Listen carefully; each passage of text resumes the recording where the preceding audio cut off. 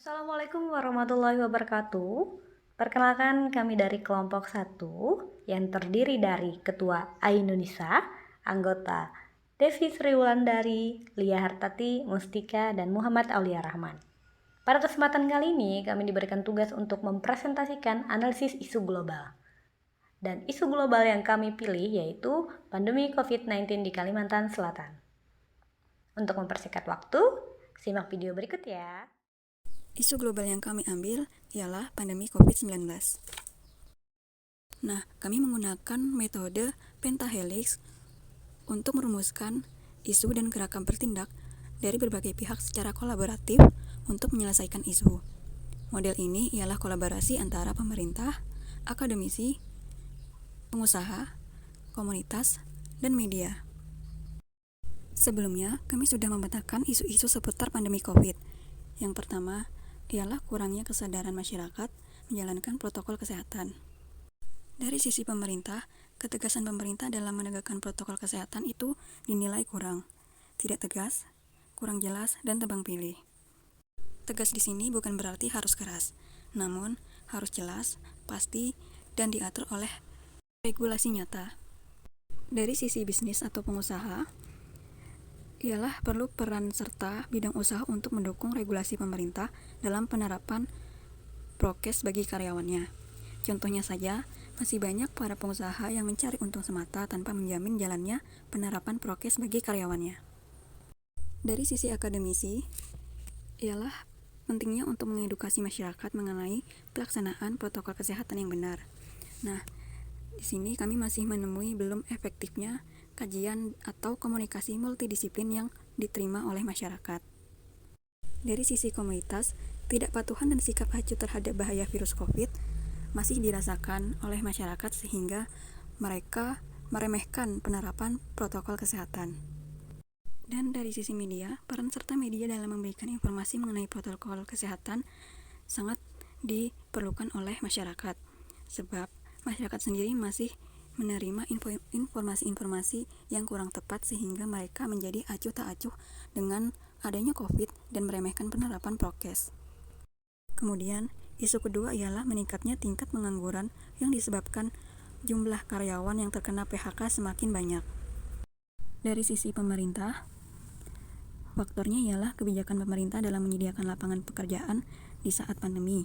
Nah, kebijakan pemerintah dinilai belum signifikan terkait pertumbuhan ekonomi yang masih melemah. Dari sisi bisnis atau pengusaha, diperlukan upaya yang keras untuk tetap bertahan dan meminimalkan kerugian. Contohnya bisa melalui inovasi agar tidak melakukan PHK terhadap karyawannya. Dari sisi akademisi, perlu peran tenaga akademisi untuk memberikan pelatihan atau bimbingan yang memadai terhadap masyarakat yang terdampak pandemi. Kemudian, dari sisi komunitas, masyarakat dituntut untuk memiliki inovasi dan kreativitas agar dapat menghasilkan pendapatan yang berguna bagi kehidupan mereka. Kemudian dari sisi media kurang menyoroti berbagai dampak dari PHK yang dialami banyak masyarakat di saat pandemi, sehingga kerentanan masyarakat atau kerentanan karyawan tidak terlalu diekspos oleh media. Kemudian, untuk tepisan isu, kami menggunakan metode APKL, yaitu dengan menetapkan rentang penilaian. Isu yang pertama ialah kesadaran akan prokes, nilai aktualnya 5, nilai problematiknya 5, kehalayakannya 5, layaknya 5. Kemudian, isu meningkatnya pengangguran, nilai aktualnya 5, problematiknya 4, kehalayakannya 5, layaknya 5, sehingga kesimpulannya yang kami angkat menjadi isu prioritas ialah kesadaran akan prokes.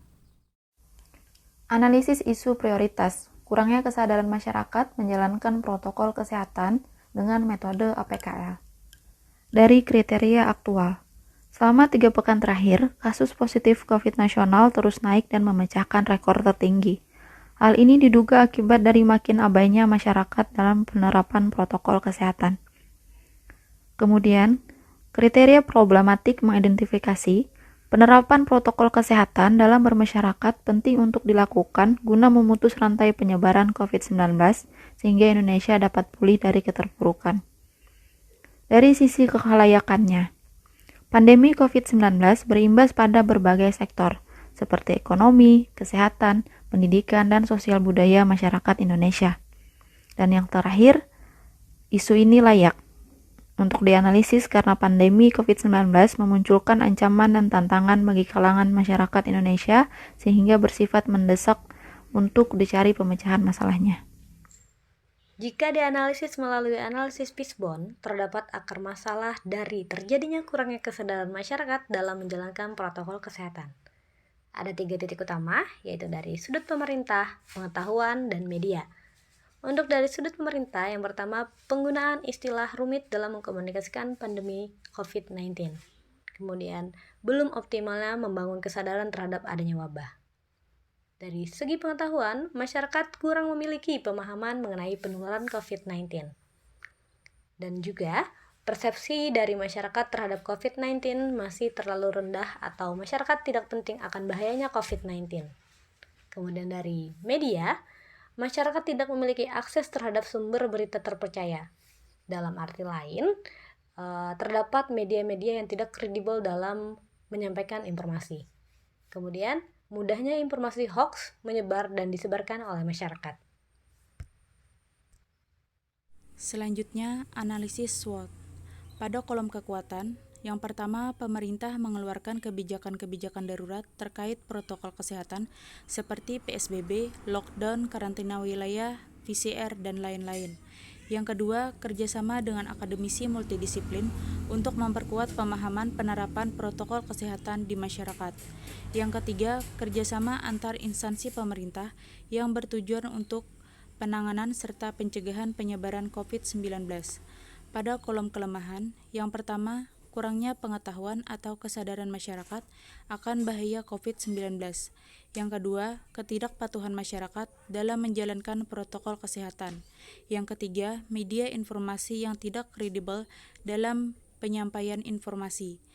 Pada kolom peluang, yang pertama, menumbuhkan ide kreatif atau inovasi dari berbagai sektor agar terus bisa berjalan. Yang kedua, meningkatkan kesadaran masyarakat dalam menjaga kebersihan dan kesehatan. Pada kolom ancaman, dampak ekonomi yang berkepanjangan. Yang kedua, meningkatnya jumlah kematian.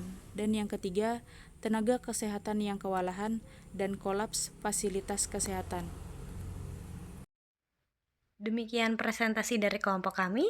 Terima kasih, semoga bermanfaat.